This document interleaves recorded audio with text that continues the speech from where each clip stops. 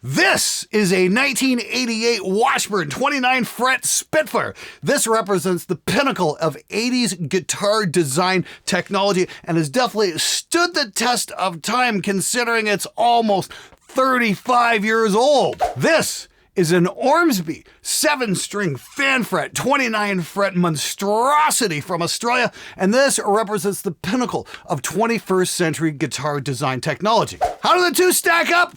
Let's check it out.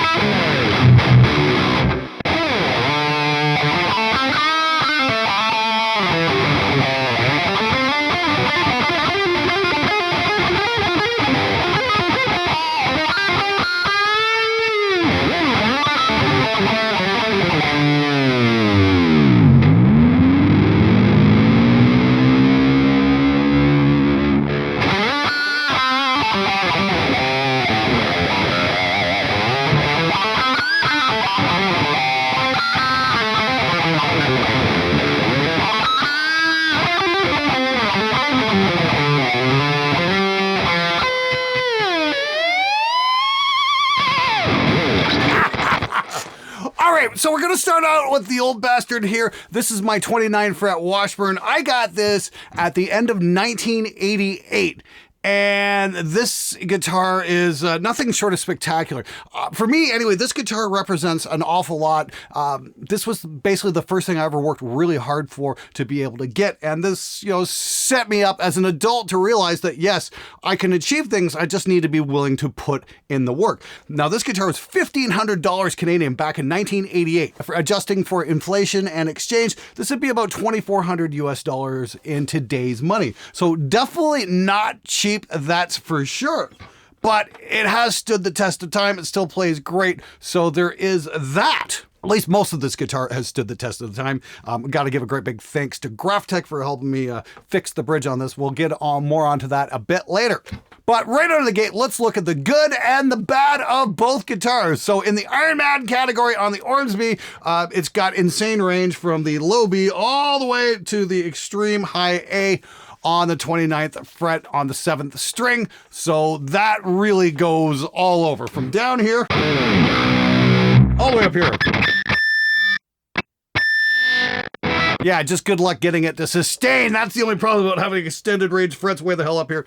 Your string is a lot shorter, so there's not a lot of mass for the string to move. And the fact I got a gate on is just cutting off the note, but it's still cool. It's like Spinal Tap having amps that went up to 11. This guitar goes up to an extreme high A, and it's great for just pissing people off. The other thing I gotta say is this guitar is extremely comfortable. The neck joint here is nothing short of perfection. And the other thing is this guitar has rock solid tuning stability, and I don't have to sit there and retune every couple seconds or every other take or whatnot. This guitar just does the thing, and it does it really freaking well. Now, in the Iron Man category for this fossil, what we got here is it is an absolute workhorse in the studio because the tuning is absolutely rock solid. Thanks to the Floyd Rose system, it really does the thing. You don't have to reach to retune it very much at all. I've noticed that since day one with this thing, even way back in '88, is like, damn, this thing really stays in tune quite nicely. It's also extremely comfortable to play for long periods of time, and getting to access to the upper frets is not an issue at all. This is what's called the Stevens Extended Cutaway, named after the luthier who designed it, so you can get right up here. The guitar actually came with a 36 fret option, but I wanted 2 pickups, and 36 frets would have just been absolutely ridiculous in my opinion. And not to mention, this thing has super cool paint. This is an 80s guitar through and through. This says, I play metal. I'm not interested in listening to that alternative crap you guys gave so much credence to in the mid 90s. This guitar is great for thrashing it up or, playing just some old school Priest or that kind of thing. It just says, yes, this is a metal guitar. Now, on the She-Hulk end of things, I've got to say, the one thing I don't like about this guitar on the Ormsby here is it is a little top heavy. If we sit here just like, there's a huge headstock here, and that's there for obvious reasons. I mean, like, we want the extended range neck. We need a headstock to be able to offset that, but unfortunately, there is a lot of weight up here. Let me put a strap on this thing and give it the old drop test, see what happens. Yeah. It's definitely pretty top heavy. This is something you're going to be fighting against. So you might want to get a strap that might have a bit more friction, which will dig into your shirt and whatnot and keep the thing from flopping down. So that is kind of a thumbs down there. That's kind of unfortunate. And the other thing I give a thumbs down for is the finish. I'm not into seafoam green. I mean, like, it's on the Ormsby website, it says Australia's metal guitars. When the fuck is seafoam green ever going to be considered a metal color? I mean, like, sure, if you're playing in Poison or something like that, okay, fine. But, you know, I want to thrash it up. I want carnage. I mean, like, why couldn't we get something, you know, like a nice white finish and then, you know, throw red paint on it so it's like blood stains or something cool like that, or give us some skulls, or, you know, a battlefield or something cool like that. But seafoam, okay. Seriously, the only color that could have been worse for this thing would have been hot pink. Just for the record, no, I'm not teasing my hair and putting on spandex. That's something nobody needs to see. Now, in the She-Hulk category on the Washburn, I gotta say, the one thing I hate about this guitar is the Floyd. Sure, it stays in tune great, but changing strings is a gigantic pain in the ass. And I did strip this out years ago, like first year, and it just kind of has to get jammed in there. I put a little bit of Teflon tape in, but the thing is, I would like to get a new block with the proper threading for this so I could put the whammy bar in and it actually stays where it's supposed to. I mean, like, I remember playing it one day and just the whole thread assembly just came right out in my hands like shit. Other than that, I don't have any gripes for this guitar because this was the one guitar I remember picking up as a kid and going, this is just right. Everything about this guitar just works for me. And that's the thing. Sometimes you can find that in an instrument. Everything about the guitar is just right. And it's like, yeah, I got to have it. And I remember I picked this thing up and played it. I'm like, this is like the coolest guitar I have ever played in my entire life. I want it. And I was willing to go through whatever it took to make that happen. It took a lot of time and a lot of late night shifts at the local Green Giant plant, cleaning up machinery and whatnot, to be able to afford this guitar while I was going to high school at the same time. I remember that was a brutal fall. I had like no social life at all. It was just school, work, school, and work. And then, yeah, you become an adult and that's just work. Anyway, but I made it happen. So that was great. So, hey guys out there who are dreaming big, just remember, do the work. It'll happen. Okay, so back on the Ormsby, like I said, I really do like this guitar.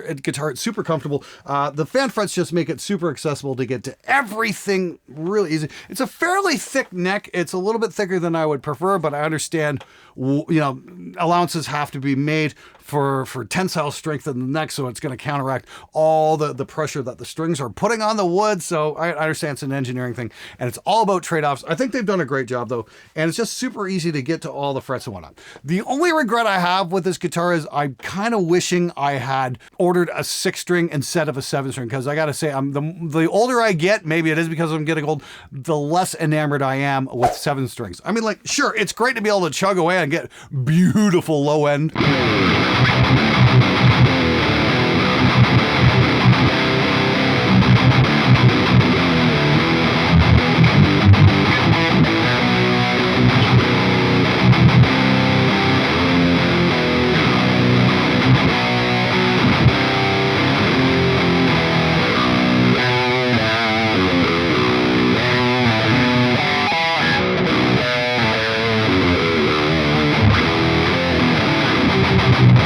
Damn it, almost got that right. Ugh. How many of you guys have ever done that? I'm going to guess all of you. Like I said, it's absolutely wonderful for getting that low, chuggy thing going on. That's absolutely great. But I'm starting to believe that the more memorable riffs are the ones that are up a little bit more towards what our ears are a little bit more accustomed to. In all honesty, if I had ordered a 6-string version of this guitar probably would get played an awful lot more on the show because it does play beautifully. The action is just incredible. The fretwork's great. I mean, I've had it for a couple of years now. Yeah, there are absolutely no fret creep issues whatsoever. I mean, there's a really good reason why Ormsby has an impeccable reputation, because they build great fucking guitars. No question about it. This guitar is an absolute masterpiece. Hopefully I'll get to see some of the other models on the show at some point. Apparently they make a V or two. If that's something you guys would like to see, please leave a comment. I can take some screenshots and approach the company with that. Oh yeah, and I want to be super clear here and make sure I don't forget this, that the Ormsby SX is now available for pre-order for 2023,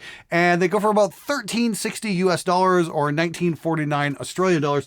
So it's not completely out of reach. 1360 US is right around the same price as that LTD guitar I reviewed about a week or two ago. Roughly the same price range, and yeah, just as good a quality an instrument, that's for sure. Oh yeah, we've got a couple of pickups here. They do the thing, one's humbucker, one's a single coil, and I always kind of like single coils closer to the neck because it does give you a slightly better twang.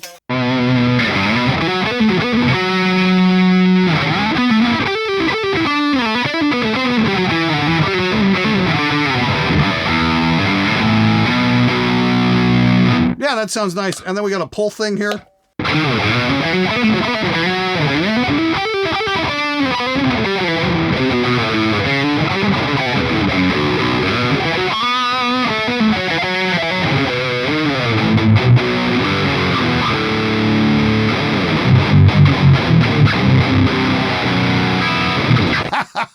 Yeah, this guitar is an awful lot of fun. Honestly, though, as far as 7 strings go, if I need one in the studio, this is probably the one I'm going to grab first because the tuning stability is so rock solid. And it's super easy to play. But yeah, for what it's worth, though, these days, I'm probably going to be playing 6s a lot more than 7. Now, by way of comparison, here's my trusty old 88 Washburn. And yeah, this is a 6-string machine. And I got to say, it's kind of hilarious playing it these days because it's like the guitar is very familiar, but it's almost like watching a stranger's fingers playing this guitar because ever since I started doing those spider walks finger exercises, it's like I could just do things on this guitar I was never able to before. And it's been at least a year since I played it. It's just like, whoa, whose fingers? Oh, hang on, those are my fingers.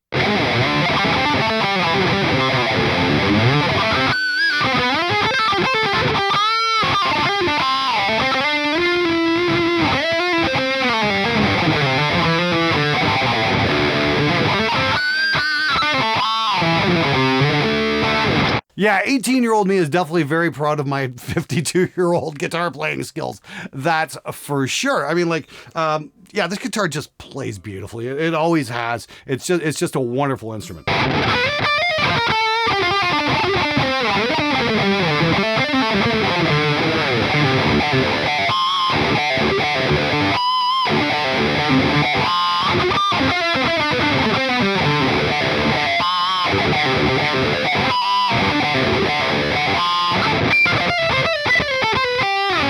Okay, almost got it, almost there. Been working on that one for a while. It's nearly there. Of course, yeah, this would be the guitar I can pull it off on just because I'm so used to it because I've been playing it for over 3 decades. Damn, I feel old. Yes, when I got this guitar, singers still actually had to deliver the goods on their records and not have everything fixed by a computer. Imagine that. Boy, times were rough in those days, that's for sure. All right, so the Ormsby 29 Fred has a mahogany body, a set neck, and a 3-piece laminated Wenge neck. The neck shape is revised to D shape, whatever the hell that means. The fretboard is Wenge and the frets are jumbo stainless steel. It's got glow-in-the-dark side dots. Hey, GOC guitars, I hope you're paying attention here. And the hardware is chrome. Is that chrome? No, it's black. I've got black on mine. Apparently the new ones are chrome, so there is that. Keep that in mind. Bridge is a Ormsby custom multi-scale. It's got a Graph-Tech style nut, and the scale length is 25.5 inch at the small end to 27.5 inch on the low end. You've definitely got to do a bit of a stretch down at the low end, and that's no big deal. It's usually about a 5-minute growing period. If you've never played a fan fret before, it really doesn't take too much to get used to it, that's for sure. Tuners are Ormsby locking machine heads, and as for the pickups, I don't know. I'm looking at the 2023 models here.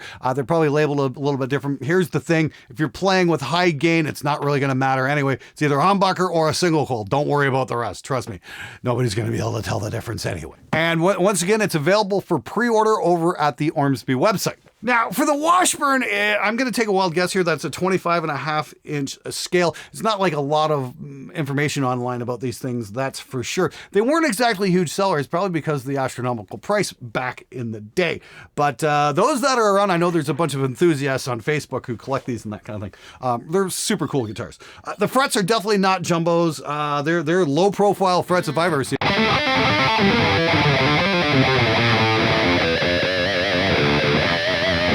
A little harder to get those low end squeals down on the second and third frets, unlike say the Spectre I reviewed last month, which is just like so easy to get. What else? Yeah, the Floyd, I gotta say, I wasn't too impressed with it. It was not an actual real Floyd Rose. It was a licensed Floyd Rose, and the saddles definitely showed some serious signs of wear over the years, and that was probably because they used cheap fucking metal to do that. Graphtec stepped up and got me some new saddles last year, and I did a whole video where I took this thing apart and tried to get as much rust and crap off this as possible. And yeah, the new saddles really do the job. Pickups are Washburn labeled actives. There's actually a little 9-volt compartment back here. I've got a wild suspicion though that these are EMGs, but then again, when you're playing a gain, it really doesn't fucking matter. No, not really. You might get a dB or two in the top end or bottom end, slight difference, but it's really not that big of a deal.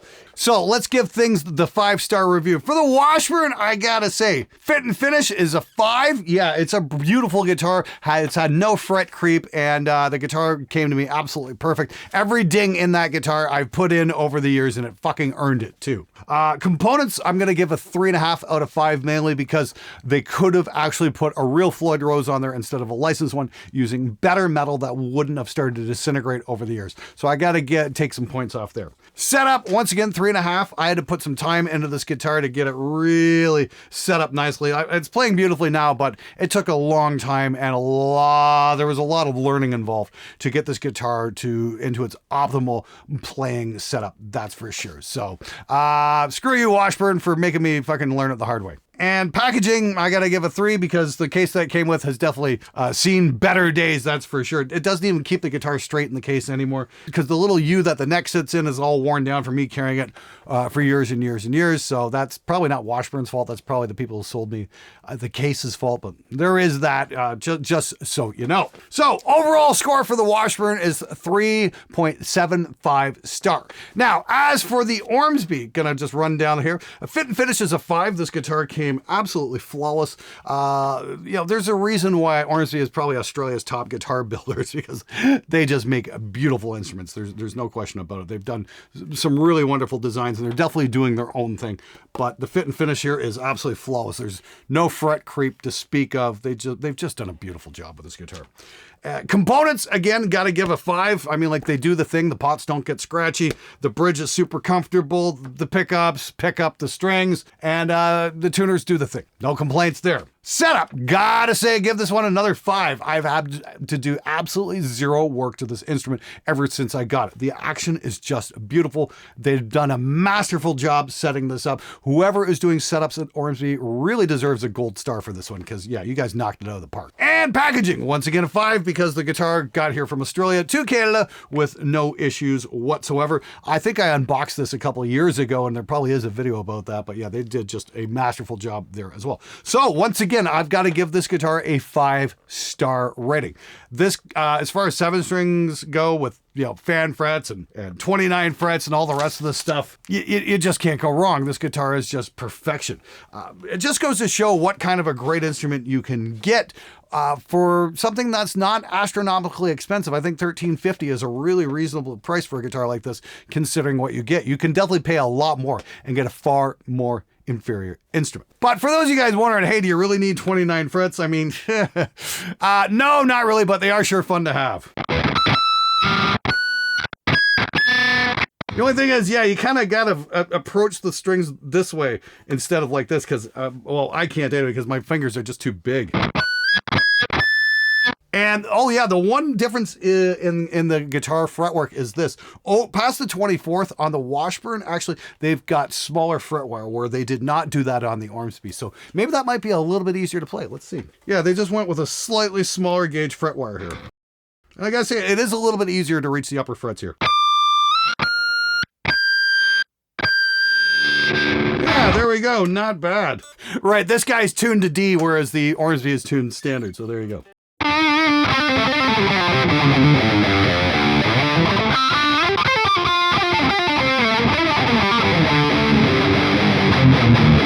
Yeah, super cool. Both guitars are total winners in my book. Like I said, there's a reason why I've hung on to this thing for over 30 years. It's just great. Now, once again, you can pre-order the Ormsby. It's no problem to get a hold of them. The Washburn, on the other hand, yeah, good luck finding one of these guys. Now, I know a couple of years ago, Washburn tried to reissue the 29 fret as one of their parallax models. I'm not sure what happened to it. I remember playing a prototype at NAMM, and they wanted to get involved. They wanted me to get involved with it and maybe consult on the design and whatnot. That never happened for whatever reason. That just kind of petered out. I'm not sure what's going on with the brand Washburn these days. I don't think they're quite the same company they used to be, and that's a real shame. This was a magnificent instrument, and I would love to see this resurrected at one point or another and maybe updated with few modern components. But for those of you who don't want to wait around for Washburn to get their shit together, yes, definitely grab the Ormsby. It's definitely a really cool instrument. And yeah, check out the 6-string version as well, because it might just do exactly what you want it to. Anyway, if you found the video useful, please hit the subscribe button. At the time of shooting this, I'm getting ever close to 500,000 subscribers, and I need your help to make that happen. And if you want to check out that LTD I was talking about, you can check it out right here. It's the MH1001. It's an absolutely beast of a guitar. It's about as close to perfect as I've ever had on this show, and it's just a wonderful studio instrument and stays in tune beautifully. Check it out right here. Thanks again for watching, guys. I'll see you next time.